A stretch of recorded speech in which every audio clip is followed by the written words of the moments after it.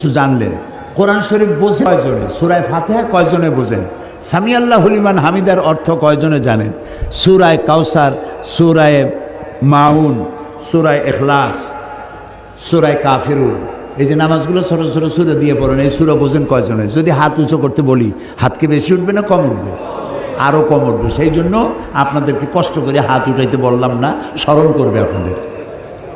তাহলে কোরআন শরীফের সাথে আমাদের সম্পর্ক আসলে নাই, এটা ঠিক কিনা বলেন? ঠিক কিনা? কোরআন শরীফের সাথে সম্পর্ক হয় কখন?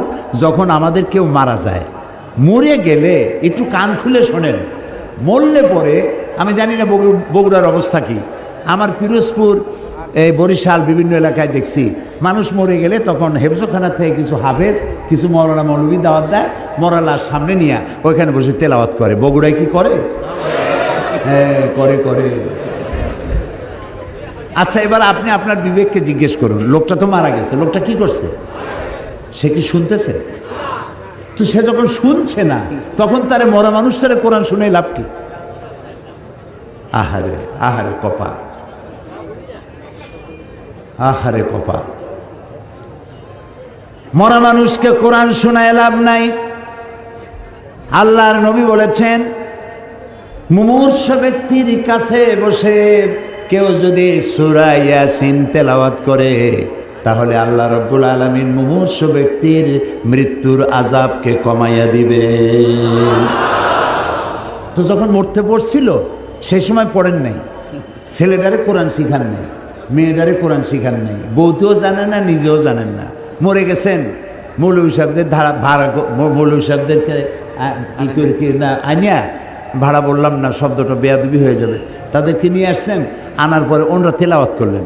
এখন বোঝেন ওরা তো ছাত্র মানুষ, হেফজখানা থেকে 20 জন ছাত্র নিয়ে আসছেন, ছাত্র ছোট মানুষ।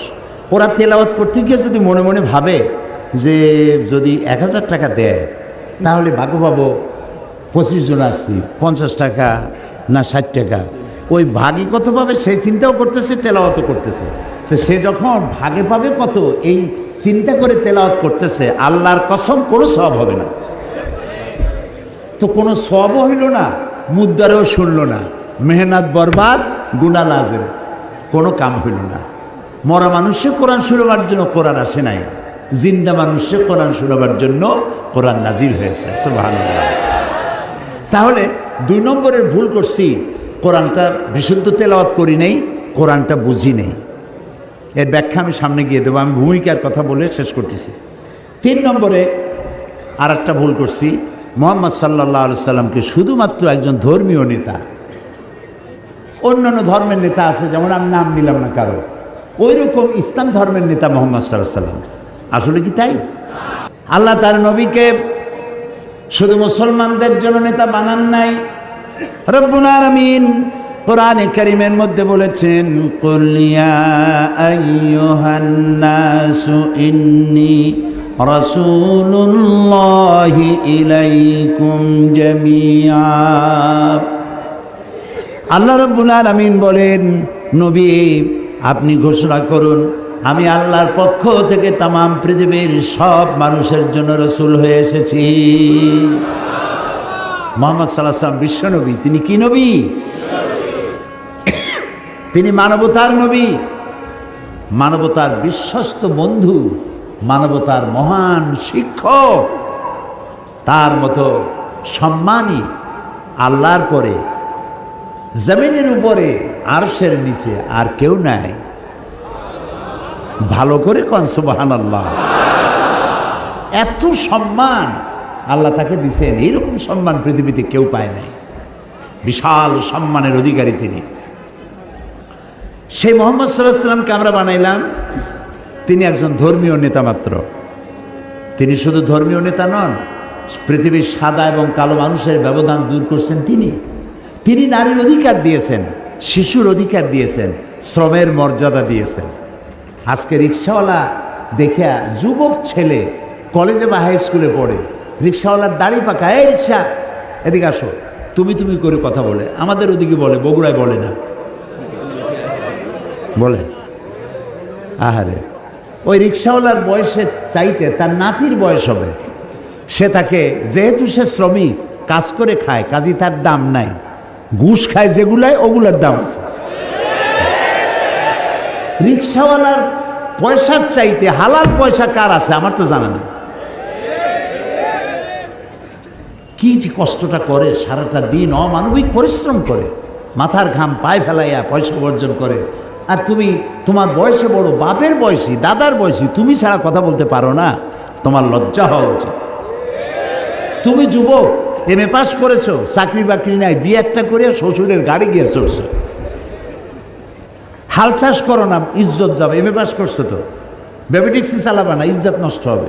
তারপরে এই বগুড়ায় বটবটি না কি আছে, চটপটি না কি বলে, বটবটি, বটবটি, নসিমন, বসিরন, কসিমন, এগুলো হাত দিলে ইজ্জত নষ্ট হবে। তুমি এমএ পাস করলেও রিক্সাওয়ালার দাম বেশি আল্লাহর কাছে, কারণ রসুল বলেছেন আল কাসিব হাবিবুল্লাহ, সহস্তে উপার্জনকারী ব্যক্তি আল্লাহর বন্ধু। সুবহানাল্লাহ।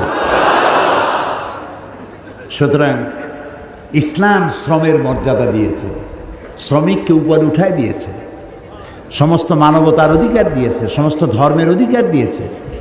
আল্লাহ তাআলা কোরআন শরীফে বলেছেন অন্যের দেবদেবীকে গালি দিও না, কারো দেবতা দেবীকে গালি দিবা না, আল্লাহ নিষেধ করেছেন। কারো মন্দির, কারো প্যাগোডা, কারো গির্জা ভাঙবা না, আল্লাহ নিষেধ করেছেন। সুবহানাল্লাহ বলে। এর চাইতে মানব অধিকার কোথায় পাবেন? ইসলাম যা বলেছে, না জানার কারণেই এক শ্রেণীর লোকেরা বোমা মাইরিয়া ইসলাম কায়েম করতে চায়। হে পাগলের চাইতেও ছাগল, এগুলো পাগলের চাইতেও ছাগল, অধম। আল্লাহ তাআলা তার রাসূলকে বলেছেন ইন্নামা আনতা মুযাক্কির লাস্তা আলাইহিম বিমুসাইতির। হে রাসূল, আপনাকে পাঠাইছি উপদেশক করে, আপনাকে দারোগা করে পাঠাইলে লাঠি মেরে মানুষ হেদায়েত করবেন কোনো প্রয়োজন নাই। ইন্নাকা লা তাহদি মান আহবাবতা, যারই খুশি আপনি তারে হেদায়েত করতে পারবেন না, হেদায়েতের মালিক জোরে বলেন আল্লাহ, বলেন আল্লাহ, আল্লাহ, আল্লাহ, তিনি হচ্ছেন একমাত্র মালিক হেদায়েতের। তো সেই জন্যে আমার ভূমিকা শেষ। 3টা জায়গায় যে ভুল করছিলাম, এই ভুলগুলি সংশোধন করতে চাই। কোরআনটারে বুঝতে হবে। এখানেও একটা সমস্যা আছে। এক শ্রেণীর লোকেরা বলে কি যে কোরআন আমরা বুঝবো না, কোরআন আলেমদের কাম, আমরা এটা বুঝবই না। কোরআন ভুল যদি পড়ি আর ভুল অর্থ করি, জাহান্নাম ছাড়া কোনো রাস্তা নেই, এগুলো মৌলবীদের গাড়ি উঠায় দাও, আসো আমরা হাদিস পড়ি। আচ্ছা ভাই, হাদিস হচ্ছে কোরআনের ব্যাখ্যা। হাদিস কোরআনের কি ব্যাখ্যা।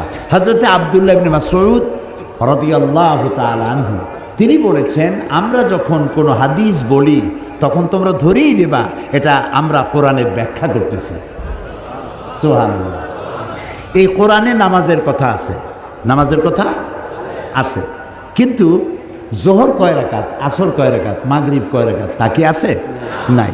এ কোরআনে যাকাতের কথা আছে, কিন্তু সোনা কতটুক হলে, রূপা কতটুক হলে, দান কতটা হলে, গরু কতটা হলে দিতে হবে তা কি আছে এখানে? এখানে হজের কথা আছে, কিন্তু কয়বার তওয়াফ করবেন, রমি হেজার কিভাবে করবেন, সাফা মারোয় গিয়ে কি করবেন, উকুফে আরাফা কিভাবে করবেন তা কি আছে কোরআন শরীফে? নাই। কাজী ব্যাখ্যায় আপনি কখন যাবেন? যখন আসলটা পড়বেন। আপনার কাছে আসলের খোঁজ নাই, আপনি ব্যাখ্যা নিয়ে লাভালাভি করতেছেন, কি আশ্চর্য কথা। এই আক্কলের উপর আল্লাহ হেদায়েত করুন, বলেন আমিন। আপনি হাদিসের কাছে যাবেন তো কোরআন পড়িয়া তারপরে যাবেন হাদিসের কাছে। আর আপনি যদি বলেন যে কোরআন আমরা বুঝবো না, কোরআন কঠিন, তাহলে আপনি শয়তানের একটা ওয়াসওয়াসায় পড়েছেন। যেখানে আল্লাহ বলছেন আমি সহজ করেছি, কে বলেছে? আল্লাহ। বলেন আরো জোরে কোন? আল্লাহ রাব্বুল আলামিন সূরা কামারের ভিতরে একই কথা 4 বার উচ্চারণ করেছেন। আল্লাহ রাব্বুল আলামিন বলেছেন ওয়ালাকাদ ইয়াসসারনাল কুরআনা লিযিকরি ফাহাল মিন মুদ্দাকির। আমি আল্লাহ রাব্বুল আলামিন অবশ্যই কোরআনকে বোঝার জন্য আমি আল্লাহ সহজ করে দিয়েছি। আছে কি কেউ এর থেকে উপদেশ গ্রহণ করার? আল্লাহ বলছেন আমি করছি সহজ, আর আমরা কপাল পোড়া, আমরা বলছি কোরআন খুব কঠিন, বুঝবো না, চলো যে আমরা হাদিস পড়ি। আশ্চর্য কথা। এই জন্য কোরআন শরীফ পড়ার সময় বিসমিল্লাহ পড়া বাধ্যতামূলক নয়। কোরআন শরীফ পড়ার সময় বিসমিল্লাহ পড়া বাধ্যতামূলক নয়, কিন্তু আউযু বিল্লাহি মিনাশ শাইতানির রাজিম পড়া বাধ্যতামূলক। ওয়াইজা ক্বারাআতাল কুরআনা ফাস্তাইজ বিল্লাহি মিনাশ শাইতানির রাজিম। যদিও প্রত্যেকটা সূরা শুরু হয়েছে বিসমিল্লাহ দিয়ে। কোরআন শরীফের সূরা সংখ্যা কত? 114। প্রত্যেকটা সূরায় আছে, একটা সূরায় নাই বিসমিল্লাহ। ওটা কোনটা? সূরা তাওবা। তো 114টা সূরা, 113টা সূরায় বিসমিল্লাহ আছে, একটাই নাই। সেই অভাব আল্লাহ পূর্ণ করেছেন সূরা আন-নামলে, শুরুতে আর ভেতরে দুইবার বিসমিল্লাহ কইয়া 114 পুরো করে দিয়েছেন। তো বিসমিল্লাহ পড়া বাধ্যতামূলক নয়, কিন্তু আল্লাহ তাআলা বলছেন ওয়াইজা ক্বারাআতাল কুরআনা, যখন তোমরা কোরআন শরীফ পড়বে, ফাস্তাইজ বিল্লাহ। ফাস্তাইজ আমরের সিগা, হুকুম, আল্লাহ অর্ডার করছেন, শয়তানের ওয়াসওয়াসা থেকে পানাহ চেয়ে নাও। আপনি যদি আউযু বিল্লাহ ছাড়া কোরআন পড়েন, ওয়াজিব তরকের গুনাহ হবে। এটা আল্লাহ এত কড়া হুকুম দিলেন কেন? এই জন্য দিয়েছেন, শয়তান তোমার কোরআন থেকে দূরে সরায় দেবে। শয়তান তোমার কোরআন বুঝতে দেবে না। এই জন্য তো মানুষ কোরআন বোঝে না। শয়তানে কয় যে এ কোরআন বুঝবা না। কে কয়? শয়তানে কয় কোরআন বুঝবা না। সেই জন্য কোরআনে চুমা দেয়, মাথায় লাগায়, বুকে লাগায়। আচ্ছা, কোরআন বুকে লাগানো, চুমা দেওয়া মোটেই নিষেধ নাই। আমি কোরআনে চুমা দেবো না, তো দেবো কিসে? কোরআনেই চুমা দেবো, এটা মাথায় রাখবো, বুকে লাগাবো। কিন্তু চুমা দেওয়াই কি সব না। এখন আমাদের কপালটা ফুটছে না এই পৃথিবীতে। আমি যদি প্রশ্ন করি বগুড়াবাসীকে, আমি জানি বগুড়ার লোকেরা খুবই সুশিক্ষিত, মার্জিত, সব দিক থেকে ভালো, আলহামদুলিল্লাহ। আমি যদি প্রশ্ন করি যে এই পৃথিবীতে সব থেকে লাঞ্ছিত, অবহেলিত, মার খাওয়া জাতি কোনটা, কি জবাব দেবে? মুসলমানেরা। ফিলিস্তিনে কারা মার খায়? আফগানেরা কি? কাশ্মীর, বজনিয়ায়, চেচনিয়া, এরিত্রিয়া, সারা দুনিয়ায় মার খায় মুসলমানেরা। অথচ একটু লক্ষ্য করেন, অথচ পৃথিবীতে অন্তত 50টার মতো দেশ আছে মুসলমানদের করতলগত, হাতের মুঠায়। কটা দেশ? 50টা দেশ। পৃথিবীতে যে ওয়েলথ আছে, সম্পদ, এর 1/50 অর্থাৎ অর্ধেকেরও বেশি সম্পদ মুসলমানদের হাতে। পেট্রোল, গোল্ড, রাবার, কয়লা, সিলভার, কটন, এই উল্লেখযোগ্য সম্পদ মুসলমানদের হাতে। 1/50 মুসলমানদের হাতে। পপুলেশনের দিক থেকে সারা দুনিয়ায় বর্তমান পপুলেশন হচ্ছে 600 কোটি। এই 600 কোটি জনগণের মধ্যে 1/4 অর্থাৎ 150 কোটি হচ্ছে মুসলমান। দেশ হলো 50টা, সম্পদেরও অর্ধেকেরও বেশি আপনার। জনসংখ্যার দিক থেকে আপনি 1/4 পৃথিবীর, অথচ আপনি জুতা খাওয়া, লাথি খাওয়া, মার খাওয়া, না খায় থাকা, কষ্ট করা আর স্বাধীনতা হারানো, সব জায়গায় বঞ্চিত, লাঞ্ছিত, অবহেলিত, নির্যাতিত, নিগৃহীত জাতি মুসলমান। এটা কেন? এটা এই জন্য যে আমাদের কাছে কোরআন আছে, সেই জন্য আমরা আমাদের ইজ্জত হারাইছি। হ্যাঁ, দেখেন আল্লাহ কি বলেন। শুরু হচ্ছে তাফসীর। শয়তানের ওয়াসওয়াসা থেকে পানাহ চেয়ে নেন আল্লাহর হুকুম মাফিক। পড়েন আমার সাথে, আউযু বিল্লাহি মিনাশ শাইতানির রাজীম, বিসমিল্লাহির রাহমানির রাহিম।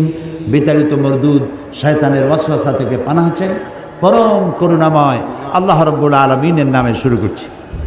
তাহা মা আনজালনা আলাইকাল কুরআনা লিতাশকা ইল্লা তাযকিরাতান লিমান ইয়াখশা তানজিলাম মিম্মান খালাকাল আরদা ওয়াস সামাওয়াতিল উলা।